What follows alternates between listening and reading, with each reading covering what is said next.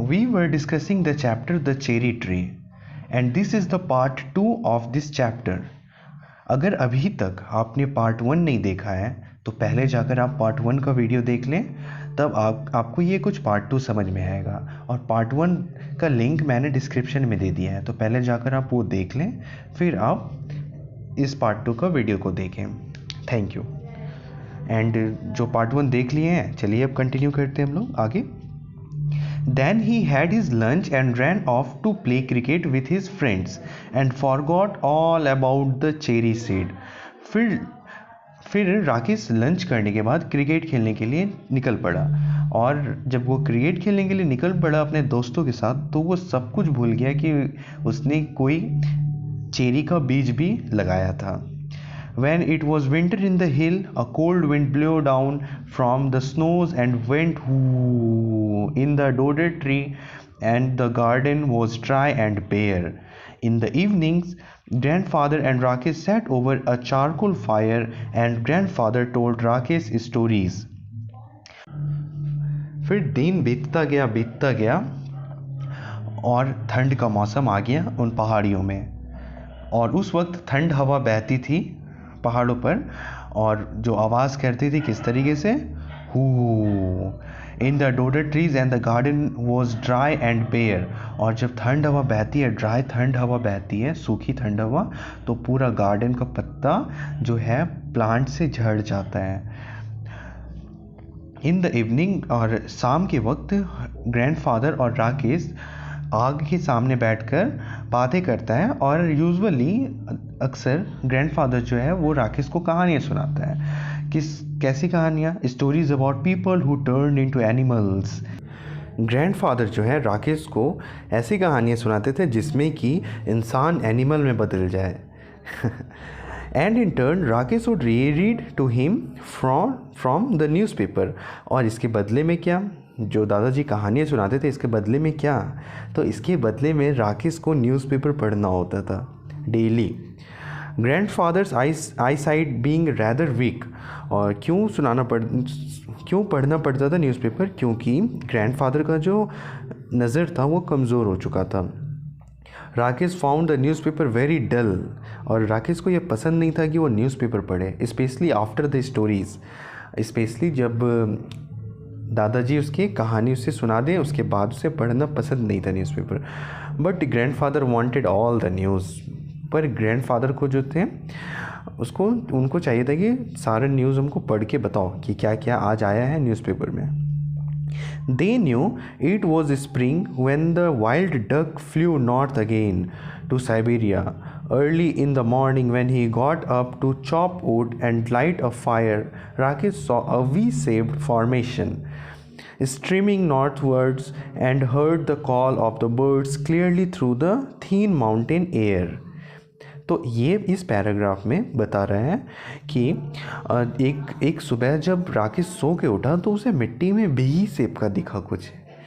अब मैं बताता हूँ भी शेप आपको कब दिखता है। जब आप देखे होंगे कि जब कोई न्यू प्लांट जर्मिनेट करके निकलता है ज़मीन के अंदर से, तो जब ज़मीन के अंदर से निकलता है तो वो बहुत ही खूबसूरत रहता है और वी शेप का रहता है, बिल्कुल ही छोटा।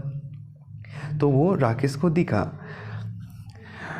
One morning in the garden, he bent to pick up what he thought was a small twig and found to his surprise that it was well rooted. तो जब वो जिस सुबह वो देखा था, तो राकेश गया उस वी शेप को तोड़ने के लिए कि क्या है आखिर वो वी शेप का।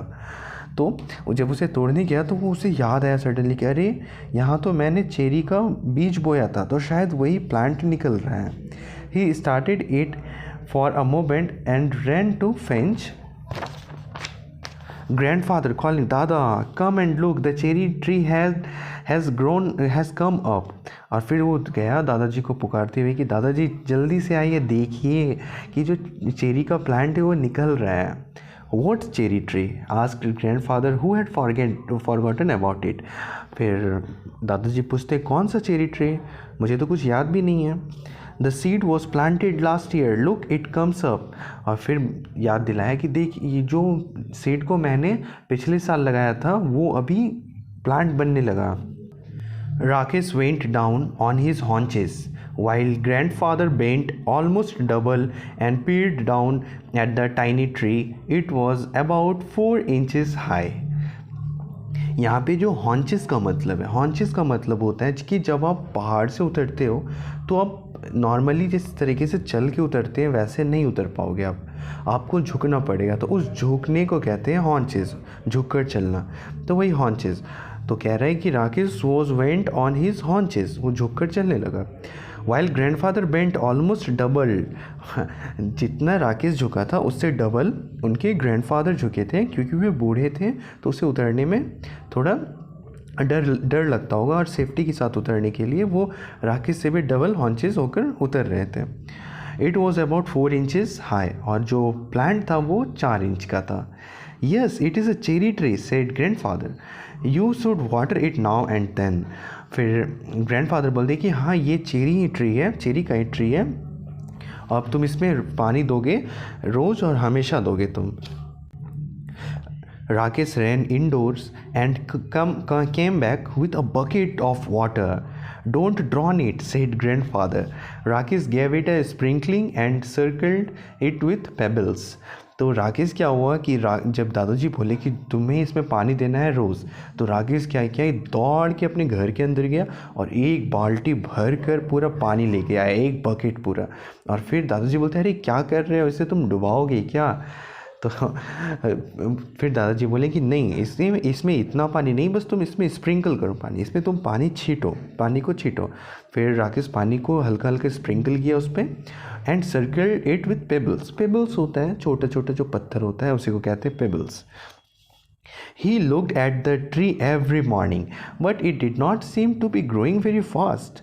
So he stopped looking at it, except quickly, out of the corner of his eyes. After a week or two, when he allowed himself to look it at properly, he found that it has grown at least 1 inch. तो यहाँ पे कह रहा है कि उसके बाद राकेश उसे रोज़ देखता था, और जब वो रोज़ देखता था ना, तो राकेश को एक दिन रियलाइज़ हुआ कि ये यार प्लांट बढ़ क्यों नहीं रहा है, ये तो जितना का है उतना ही है। तो राकेश डिसाइड किया कि अब ना मैं नहीं देखूँगा प्लांट। बट क्या होता था कि जब भी वो उस जगह से पार होता था तो तिरछी नज़र से टेढ़ा होकर वो प्लांट को देखता था, और वो मतलब खुद से बोला था कि मैं प्लांट नहीं देखूँगा। फिर आफ्टर अ वीक और 2, 1-2 सप्ताह के बाद, व्हेन ही अलाउड हिमसेल्फ, फिर वो बोला कि नहीं अब बहुत होगी, अब जाकर प्लांट देखना है। तो जब गया देखने के लिए प्लांट, तो राकेश पाया कि प्लांट जो है वो 1 इंच बढ़ चुका था। That year the monsoon rain came early and Rakesh plodded to and from the school in raincoat and gumboots. Ferns sprang from the trunks of the trees.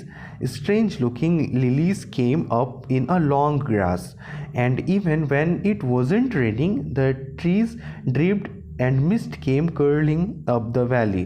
The cherry tree grew quickly in this season.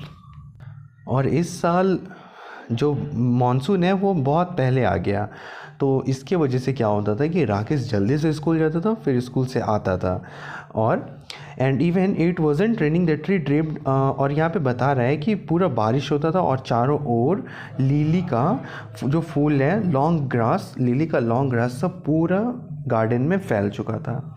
और इस season में जो cherry का tree है वो बहुत जल्दी बढ़ रहा था, ग्रो कर रहा था। It was about 2 feet high when a goat entered the garden and ate all the leaves. Only the main stem and 2 thin branches remained.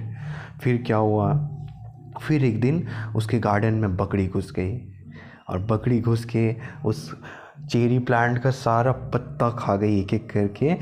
Only the main stem and 2 thin branches remained. बस 1-2 पतली टहनियाँ छोड़ दी, बाकी सारा पत्ता खा गई।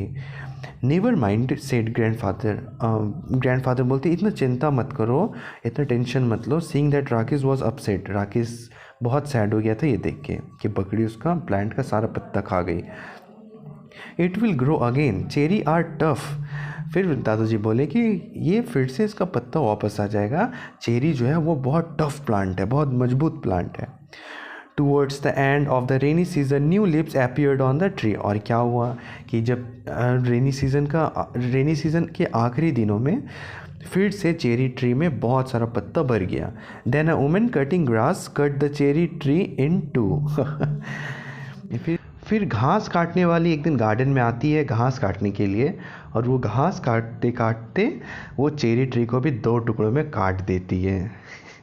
When grandfather saw what had happened, he went after the woman and scolded her, but the damage could not be repaired. और फिर जब दादाजी देखे कि उसका गाछ काट दी, उसका पेड़ काट दी चेरी को 2 टुकड़े में, तो ग्रैंडफादर बहुत गुस्सा हुए हैं, बोले कि ये तुम क्या कर दी, और ये तो मतलब अब शायद ही अब तो बचेगा नहीं, but the damage could not be repair, जो डैमेज हो गया है वो रिपेयर तो अब हो नहीं पाएगा। Maybe it will die now said Rakesh ये जब ये जाना कि उसका चेरी ट्री को 2 टुकड़े में काट दिए, तो राकेश बोला कि अब शायद ये नहीं बचेगा। मे बी सेड ग्रैंडफादर, शायद ग्रैंडफादर बोलते हाँ अब शायद नहीं बचेगा। But the cherry tree had no intention of dying, but cherry tree को मरने का कोई इच्छा नहीं था अभी। By the time summer came round again, it had sent out several new shoots with tender green leaves. Rakesh had grown taller too. He was 8 now, a sturdy boy with curly black hair and deep black eyes, blackberry eyes, grandfather called them.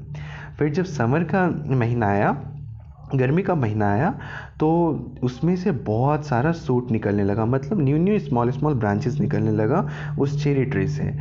और अब जब गर्मी आया तो राकेश भी अब बड़ा हो चुका था, और राकेश का उम्र अब क्या हो गया था, राकेश का उम्र अब 8 साल का हो गया था। Rakesh sturdy boy with curly black hair, और अब लंबा भी हो चुका था, और उसका बाल पूरा कर्ली था, और उसका आंखें पूरा ब्लैक था। दादाजी कहते थे ब्लैकबेरी आइज़, इसकी आंखें जो है वो ब्लैकबेरी आइज़ हैं। तो फ्रेंड्स, आज के लिए ये सेकंड पार्ट वीडियो को यहीं तक रखते हैं, हम लोग कंटिन्यू करेंगे नेक्स्ट पार्ट में। ओके, तो अगर अभी तक चैनल को सब्सक्राइब नहीं किया हो तो चैनल को सब्सक्राइब करके ज्वाइन कर लो। Thank you. मिलते हैं नेक्स्ट पार्ट में, वीडियो का लिंक आपको डिस्क्रिप्शन में मिल जाएगा। Thank you.